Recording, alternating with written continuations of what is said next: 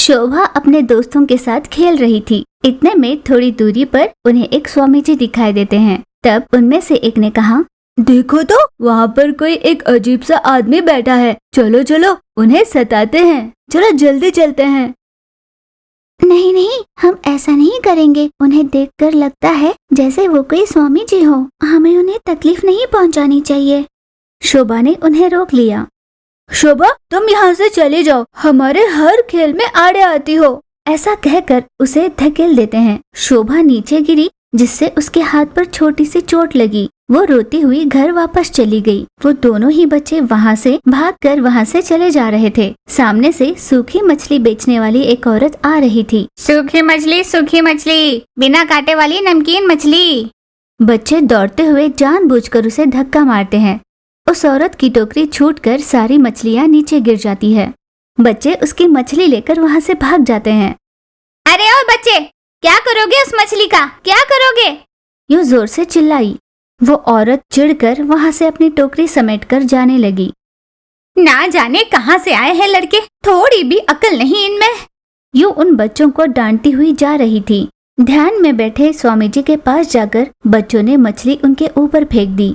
स्वामी जी को जैसे ही मछली की गंध आई, वो गुस्से से उठ गए।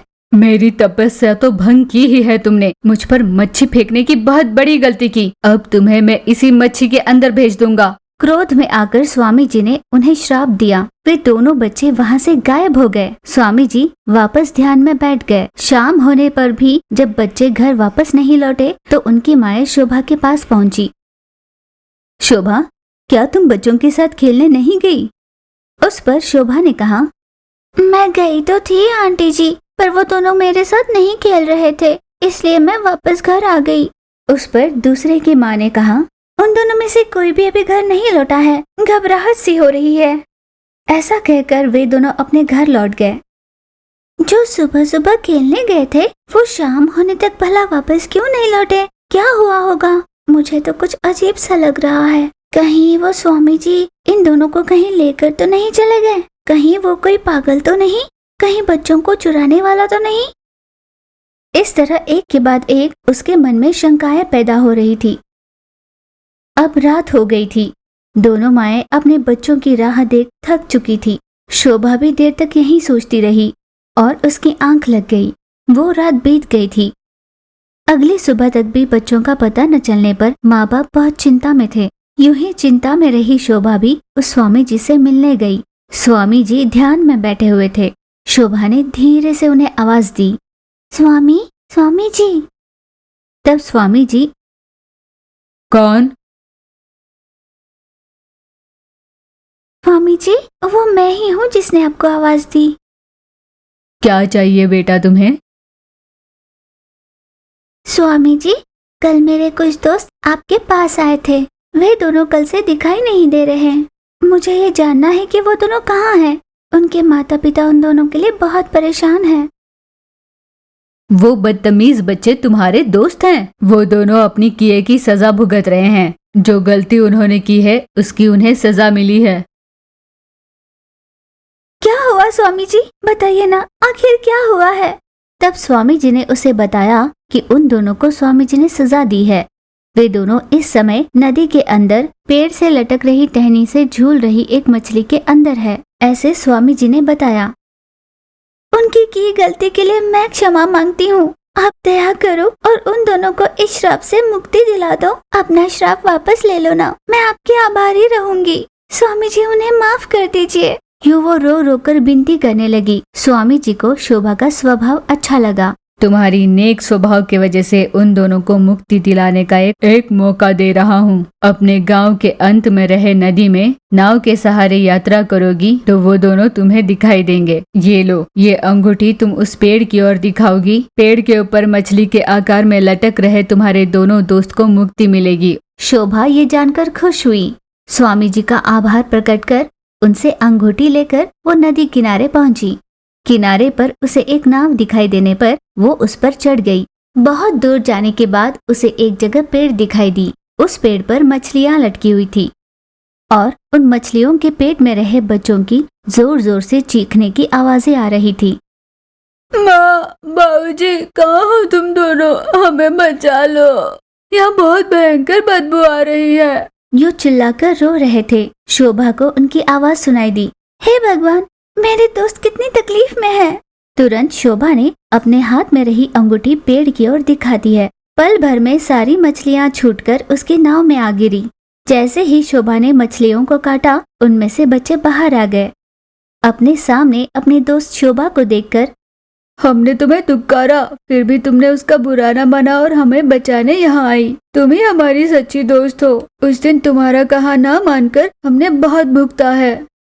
ये कहते हुए दोनों रोने लगे। कोई बात नहीं, अब तो समझ गए हो ना कि हमें बड़ों के पल्ले नहीं पड़ना चाहिए और हमें किसी को तकलीफ नहीं पहुंचानी चाहिए, वरना हम भी तकलीफ में आ जाते हैं। ऐसे शोभा ने उन्हें समझाया। उन दोनों लड़कों ने अपनी गलती मान ली। फिर वे तीनों नाव में बैठकर अपने गांव निकल पड़े। जैसे ही वो किनारे पहुंचे, स्वामी जी पहले से ही वहां खड़े थे। उन्हें देखकर बच्चों ने कहा, स्वामी जी, आपका बहुत धन्यवाद और आपसे क्षमा भी मांगते हैं। बच्चों को अपनी गलती का एहसास हुआ था। तब स्वामी जी ने कहा, देखो बच्चों, ऐसी दोस्त पाने पर तुम दोनों को बहुत गर्व होना चाहिए। ऐसे दोस्त को कभी खोने मत देना। हर किसी के पास एक ऐसा दोस्त होना चाहिए जो जीवन भर उसका साथ दे। तुम्हारे साथ खड़े रहने वाली तुम्हारी सच्ची दोस्त यही है। दोस्ती में छोटी छोटी बात पर रूठने वाले बहुत होते हैं, पर तुमसे चोट खाने पर भी उसने घर में किसी को नहीं बताया। तुम दोनों की गलती माँ बाप के सामने नहीं रखी। वो खुद अपने आप मेरे पास आई, मेरे दोस्तों को बचाओ कहकर विनती करने लगी। ऐसी दोस्त को तुम कभी मत खोना। ऐसे स्वामी जी ने समझाया। उन तीनों ने स्वामी जी की बात पर हामी भरी। फिर वे दोनों अपने अपने घर चले गए।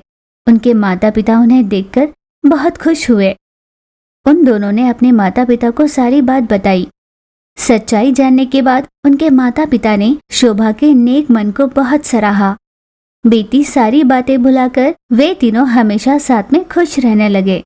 अपनी सौतेली माँ शारदा के कारण शोभा बहुत तकलीफें झेल रही थी, क्योंकि सौतेली माँ शारदा शोभा का अच्छे से ध्यान नहीं रखती थी। शोभा के पिता शंकर शहर में कोई छोटा सा व्यापार करते थे। कभी कभार आया जाया करते थे। अपने पति के सामने शारदा बहुत अच्छी माँ बनने का नाटक किया करती और शोभा से बहुत प्यार करती थी। ये देखकर शंकर मन ही मन बहुत खुश हुआ करता था। मैं कितना भाग्यशाली हूँ। मेरी पत्नी खुद की बेटी न होने पर भी शोभा का कितना ध्यान रखती है। यूं सोचकर वो खुश हुआ करता, पर शोभा मन ही मन बहुत दुखी हुआ करती थी। जब पापा यहाँ आते हैं तो माँ मुझे बहुत प्यार करती है, पर उनके जाते ही मुझे बहुत मारती है और मुझे स्कूल भी जाने नहीं देती। काश पापा यहीं होते तो कितना अच्छा होता। मुझे कुछ ऐसा करना होगा कि पापा यहीं रह जाए। ऐसे वो सोच रही थी। 2 दिन बीत गए। शारदा, अब मैं जा रहा हूँ। शोभा का अच्छे से ध्यान रखना। फिर शोभा की ओर देखकर उसने कहा, बेटा शोभा, मैं जा रहा हूँ। अपना ध्यान रखना और मन लगाकर पढ़ाई करना। पापा, आप यहीं रह जाइए ना पापा, मत जाइए ना।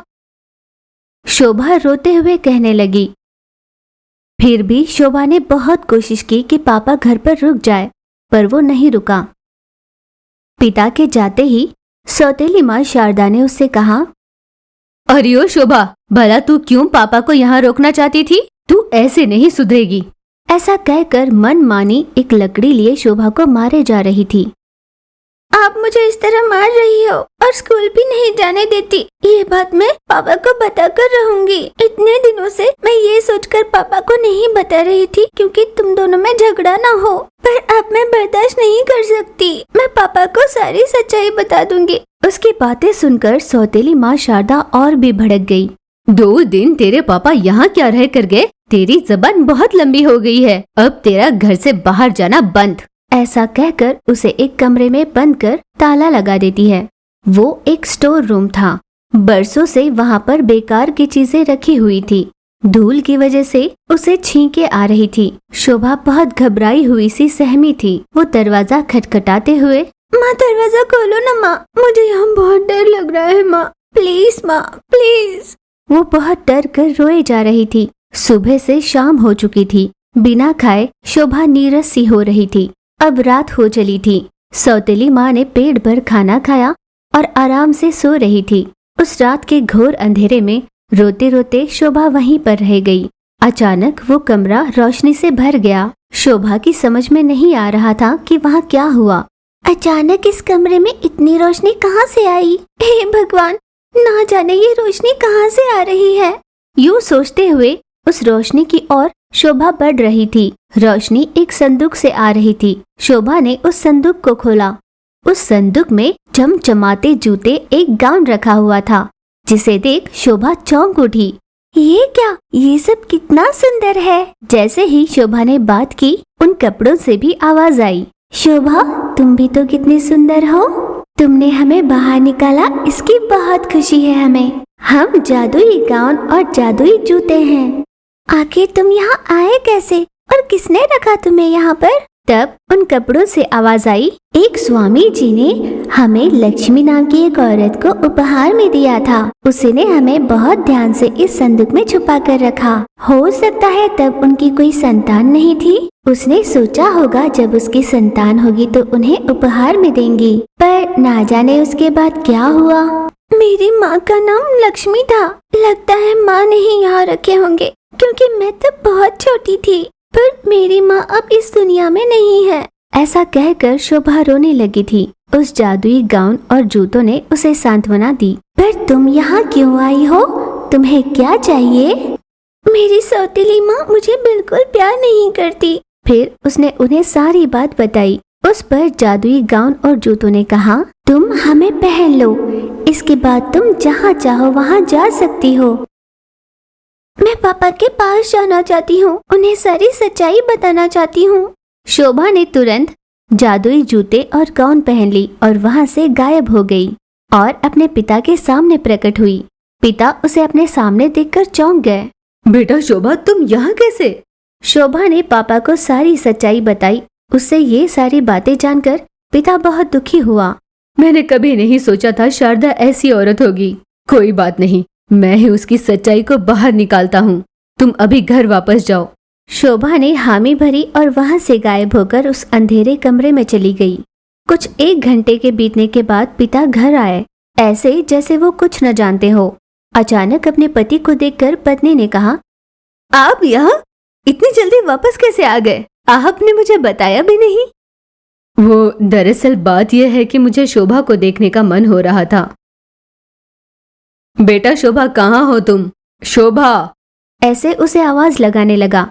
शारदा बहुत घबरा गई।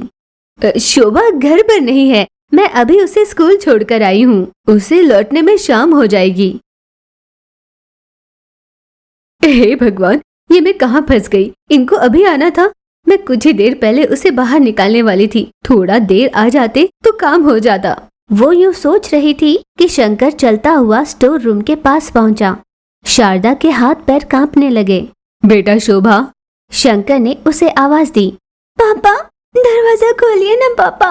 ये देखकर शारदा डर के मारे पानी पानी हो गई। शंकर ने शोभा को बाहर निकाला। उसके कपड़े और जूतों को देखकर सौतेली माँ शारदा चौंक गई।